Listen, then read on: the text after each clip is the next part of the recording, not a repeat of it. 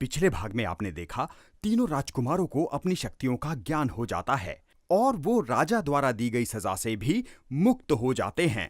अब आगे। आज तीनों राजकुमार अपने पिता की आज्ञा के अनुसार प्रजा के सामने अपनी शक्तियों का प्रदर्शन कर रहे हैं।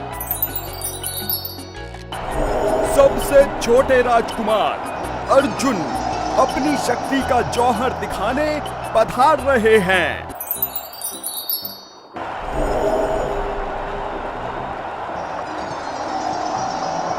अर्जुन ने सबके सामने अपनी शक्ति का बहुत ही शानदार प्रदर्शन किया। अब आ रहे हैं अर्जुन के बड़े भाई अरुण।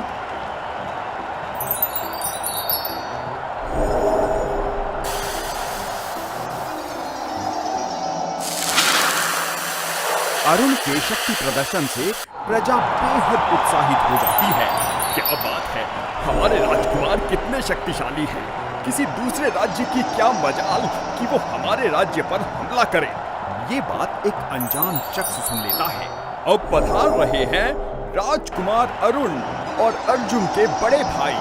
दिल थाम के बैठिए। इससे पहले कि आप कहानी में खो जाएं, हिंदी स्टोरी बॉक्स चैनल को सब्सक्राइब करें और वीडियो लाइक करना न भूलें। अब कहानी शुरू करते हैं। जब अजीत हवा में उड़ प्रजा के सामने आता है तो सबके होश उड़ जाते हैं और जब अजीत अपनी आग की शक्ति का प्रदर्शन करते हैं, भाई वाह, राजकुमार अजीत तो सबसे शक्तिशाली हैं। इन पर तो अग्नि देव की कृपा है। कोई पड़ोसी राजा हमारे राज्य पर अपनी आंख भी नहीं उठा सकता। अनजान शख्स वहां से चला जाता है। सारी प्रजा तीनों राजकुमारों की जय जयकार करती है। यहाँ दूसरी ओर वो अनजान शख्स पड़ोसी राज्य में प्रवेश करता है। जैसे ही वो राजा के सामने जाता है, अपने चेहरे से नकाब निकालता है। दरअसल वो पड़ोसी राज्य का जासूस था। गुप्तचर, क्या खबर लाए हो? महाराज, जो मैं खबर लाया हूँ उससे आपके होश उड़ जाएंगे। ज्यादा पहेलियां मत बुझाओ, सीधे सीधे बताओ। गुप्तचर राजा को उस जादुई पड़ोसी राजकुमारों और उनकी शक्तियों के बारे में बताता है और साथ ही साथ कहता है कि भविष्य में वो तीनों भाई हमारे राज्य के लिए खतरे का कारण बन सकते हैं। राजा ने अपने राज्य के मंत्री को बुलाया। राजा का मंत्री एक बहुत बड़ा जादूगर था। वो काली शक्तियों का उपयोग हर युद्ध में किया करता था। राजा ने जितने भी युद्ध जीते थे वो केवल अपने जादूगर मंत्री की वजह से जीते थे। मेरे महाराज, आप फिक्र ना करें। वो तीनों भाई चाहे कितने भी शक्तिशाली हों, पर मेरे जादू के आगे नहीं टिक सकते। वो कैसे मंत्री जी? वो ऐसे। जादूगर गुप्तचर को चूहा बना देता है। ये क्या है? अब क्या चूहा उनसे युद्ध करेगा? जादूगर फिर से गुप्तचर को पहले जैसा बना देता है। ये क्या मंत्री जी, अब मुझे कभी चूहा मत बनाना।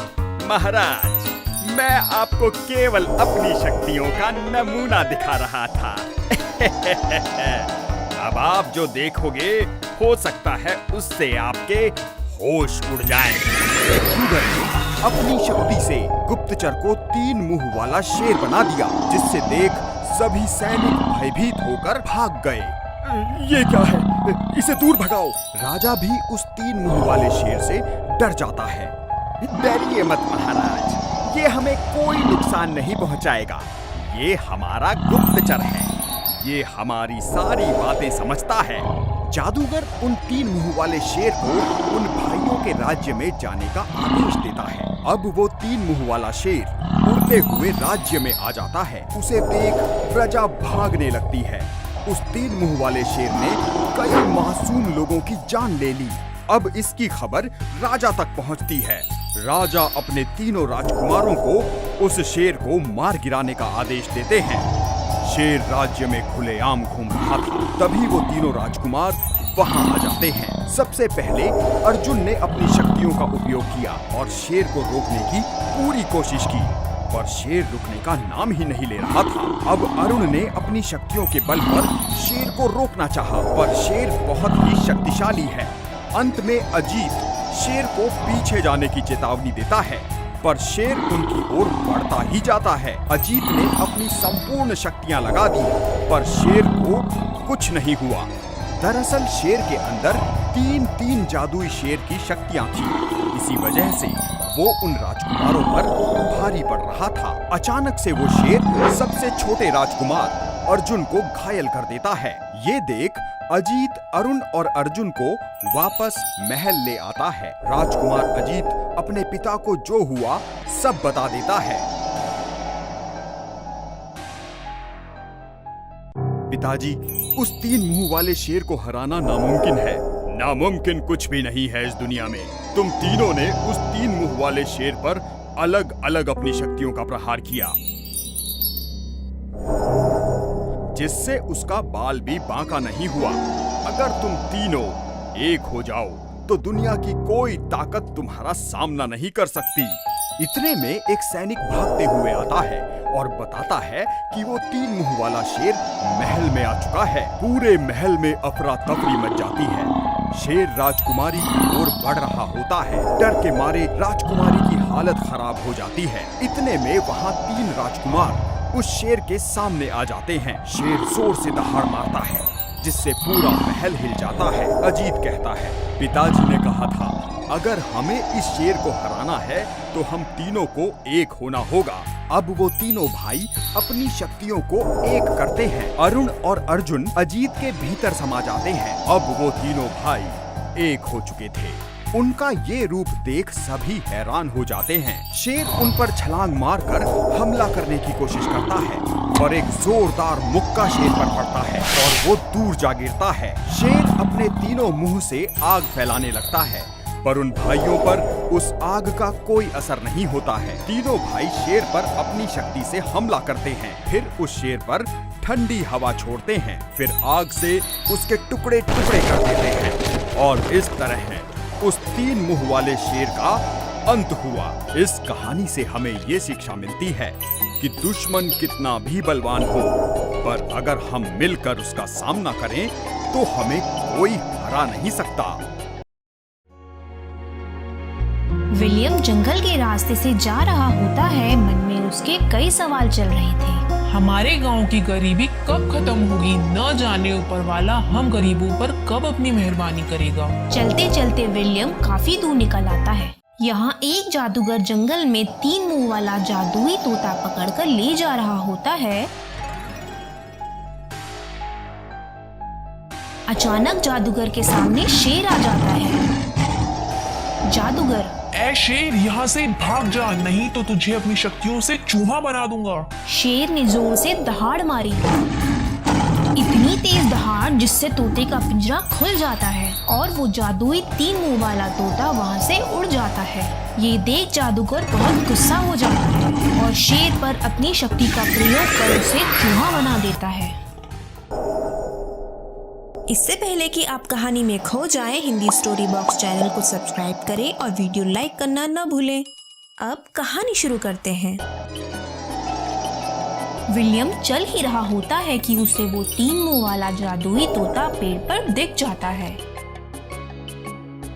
विलियम तोते के पास आता है। तोता विलियम से पानी मांगता है।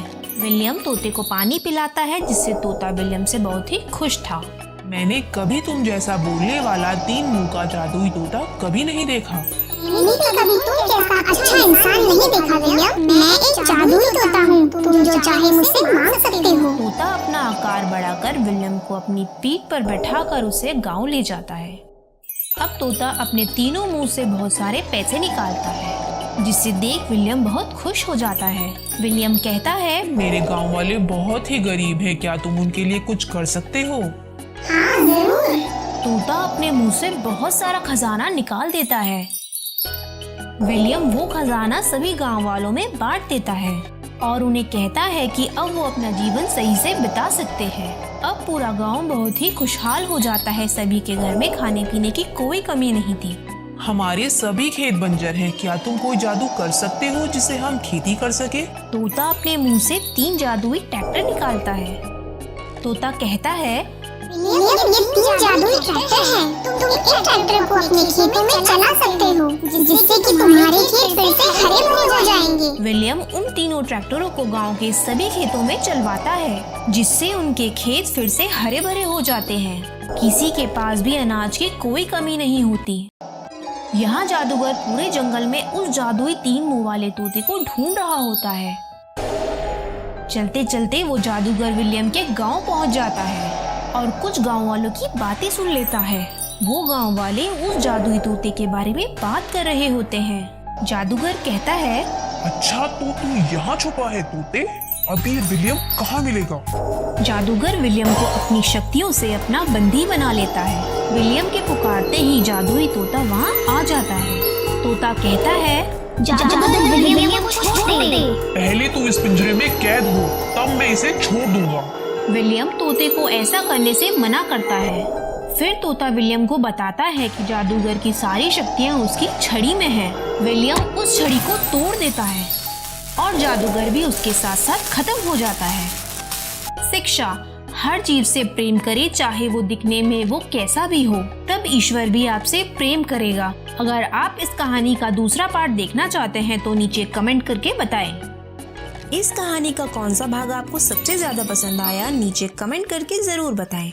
अगर आप चाहते हैं कि आपकी कहानी हिंदी स्टोरी बॉक्स पर दिखाई जाए तो आप हमें अपनी कहानी भेज सकते हैं। जिसकी कहानी हमें सबसे अच्छी लगेगी हम अगली कहानी वही दिखाएंगे। ऐसे ही मजेदार कहानियाँ देखने के लिए यहाँ क्लिक करें। मिलते हैं अगली कहानी में।